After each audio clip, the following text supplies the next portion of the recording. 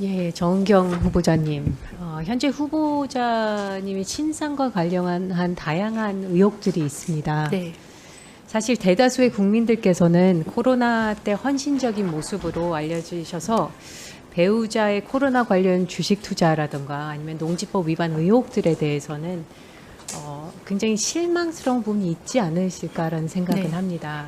왜냐하면 정은경이라는 브랜드 자체가 원칙과 또 검소함 이런 것들을 상징했기 때문이라고 생각을 합니다.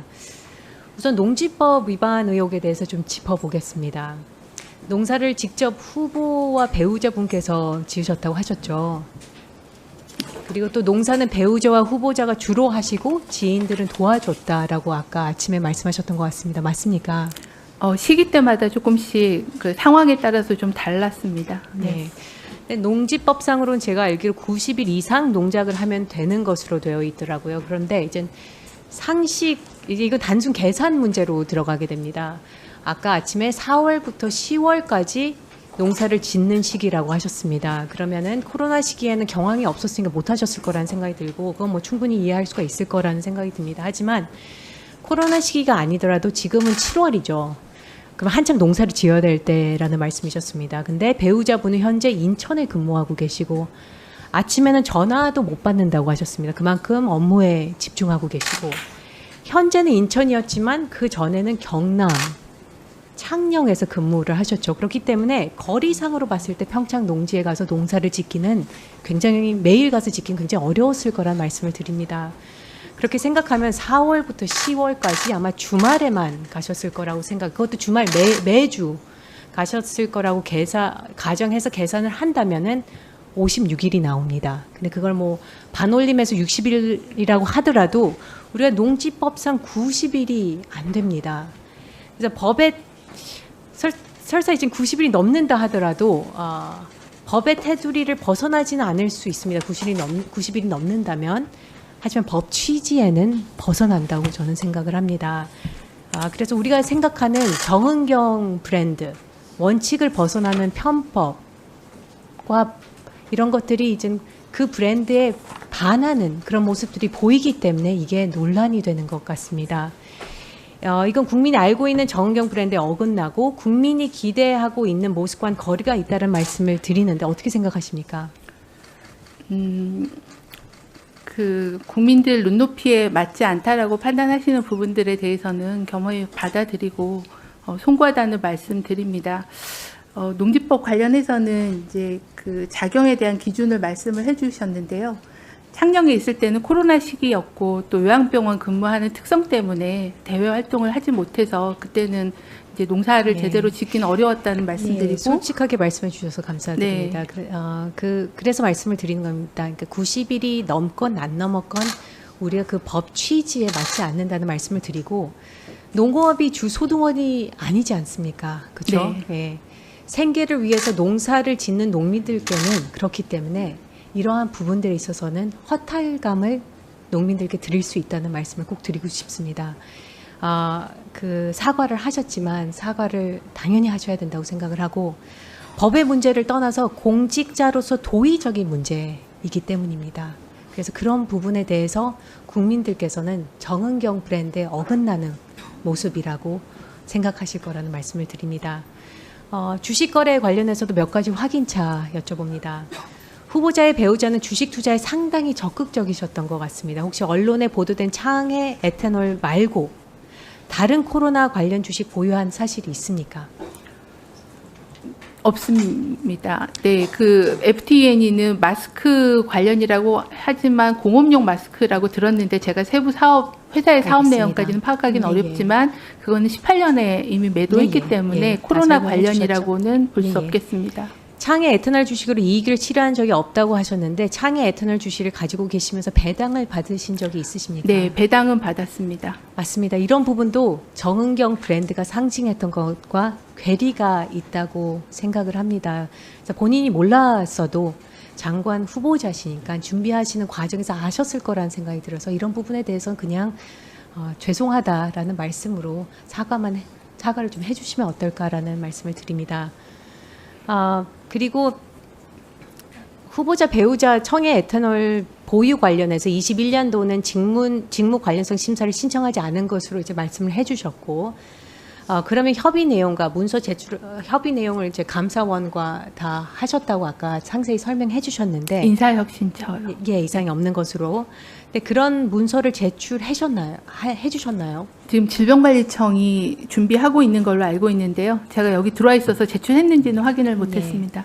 그러니까 이런 부분들도 그 청문회 날짜까지 기다릴 부분이 아니라 사실상 국민들께서는 실망할 수 있고 오해하실 수 있는 부분이 있기 때문에 이런 소명, 이게 해명과 소명은 다르지 않습니까? 해명은 본인의 입장에서 얘기를 하는 거고 소명은 증거 자료를 제출하는 겁니다. 해명은 변명으로 느껴질 수 있지만 소명은 분명한 부분이 아니니까 그래서 소명 차원에서 자료를 꼭 제출해 주시기를 부탁드립니다. 각종 가족 중에 한 가지 더 여쭤봅니다. 누구라도 2020년 3월 25일 전 코로나 진단키트 주식을 매매한 적이 있습니까? 네, 없습니다. 네. 주식 투자 의혹 같은 경우에도 해당 기간에 거래 내용만 제출하시면 쉽게 소명이 되는 부분이라고 생각을 합니다. 그런데 굳이 시간을 끌고 아침에 메일을 보내시고 그 과정 또한 정은경 브랜드 맞지 않았다고 생각합니다. 왜냐? 정치적 술수로 비춰질 수밖에 없거든요. 그래서 그 부분에 대해서도 유감이라는 말씀을 드립니다. 말씀드렸듯이 국민들께서는 여러 가지 농지법에 대한 부분, 이게 위반이든 아니든 간에 주식 거래 내역에 대한 해명이 아니라 소명, 이런 것들을 해주시기를 아마 기다리고 계실 거란 생각이 듭니다. 왜냐하면 정치적 술수, 기술 이런 부분들은 후보님과 어울리지 않는다고 생각하시기 때문이에요. 그래서 그런 부분에 대해서 지금 사과와 소명을 좀 부탁드리겠습니다. 네, 농지법 관련해서는 저희가 98년도부터 27년간 열심히 농사를 지으려고 노력을 했습니다. 그러니까 배우자가 가장 많이 일을 했고 저를 포함해서 가족들이 참여를 했고 그걸로만은 노동력이 부족할 때는 그 지인의 도움을 받았고 그 지인도 남편께서 돌아가시는 바람에 이웃의 또 지인의 도움을 받고 있다라는 그런 공동으로 경작을 해왔다는 설명을 드렸습니다. 국민의 눈높이에 맞지 않은 부분에 대해서는 송구하다는 말씀드립니다. 창외 에탄올 관련해서는 당시에 그게 손소독제의 사업에 진출했다는 정보를 알았으면은 그런 필요한 조치를 했었을 것입니다. 근데 그때는 그런 정보를 저희가 확인을 하지 못했고 어쨌든 그래도 고의성이 없지만 그런 관련 주를 가지고 있었다라는 거에 대해서는 송구하다고 생각을 하고 말씀을 드리고요. 그리고 앞으로는 이런 이해 충돌이 날 수 있는 그런 투자나 거래를 절대 하지 않겠다. 그런 일은 있지 않겠다라고 말씀을 드리겠습니다. 자, 그러면 지금부터 잠시만 주목해 주시기 바랍니다. 제가 구독자분들을 위해서 선물 하나를 준비했는데요.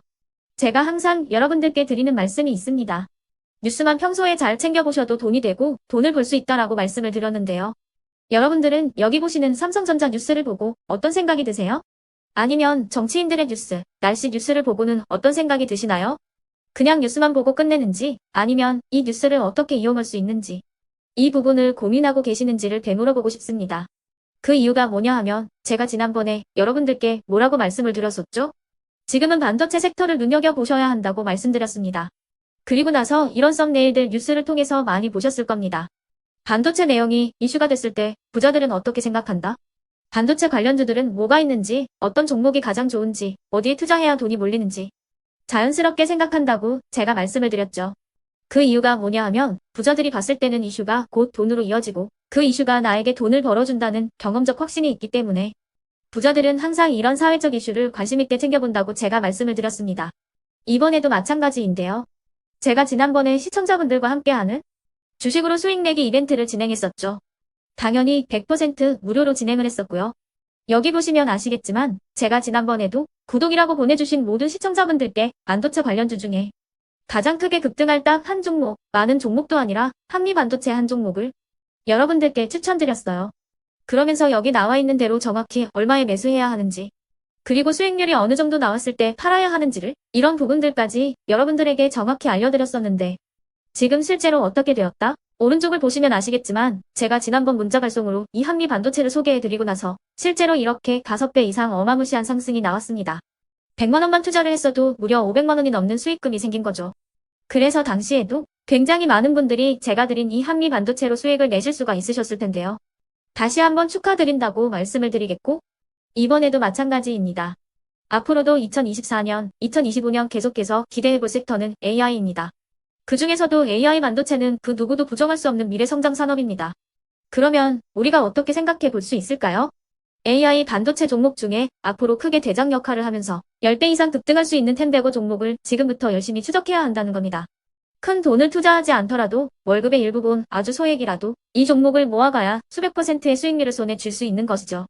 지금 여러분이 보고 계시는 이 유튜브 또한 AI 반도체와 아주 밀접한 연관이 있고 반도체야말로 대한민국의 핵심 산업으로 앞으로 더더욱 시장은 성장할 수밖에 없습니다. 그렇기 때문에 제가 이번에도 뭘 보내드리고 있냐면 지난번과 똑같이 구독이라는 문자를 보내주시면 제가 AI 반도체 관련주 중에 앞으로 대장주 역할을 하면서 주가가 가장 크게 급등할 한 종목을 여러분들께 문자 발송으로 종목명과 사고 파는 시점을 모두 알려드릴 건데요. 그 문자를 받고 여러분들이 주식으로 돈 버는 연습을 한번 해보셨으면 좋겠고요. 혹시라도 나는 주식을 하지 않는다 하시는 분들은 주변에 주식하시는 지인분들에게 말씀을 해주셔도 되고요. 아니면 연세가 있으셔서 투자가 어렵다 하시는 분들은 이 종목을 자녀분들에게 한번 사봐라. 이걸로 한번 수익을 내봐라. 이렇게 조언을 해주실 수도 있는 거겠죠.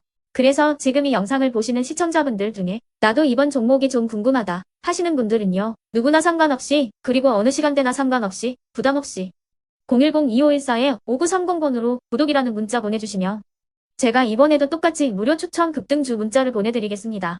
이해되시겠죠? 제 번호 010-2514-5930번으로 구독이라는 문자 보내주시면 여러분들이 직접 이슈를 통해서 돈 버는 연습을 해보실 수가 있는 거고 제가 돈을 받는 것도 아니고 투자를 대신해 드리는 것도 아니기 때문에 부담 없이 신청해 주시면 되는 겁니다. 그리고 수익이 나면 저는 다른 것은 하나도 바라지 않습니다. 제 채널에 구독, 좋아요 한 번씩만 눌러주시라 이렇게 다시 한번 말씀을 드리겠습니다.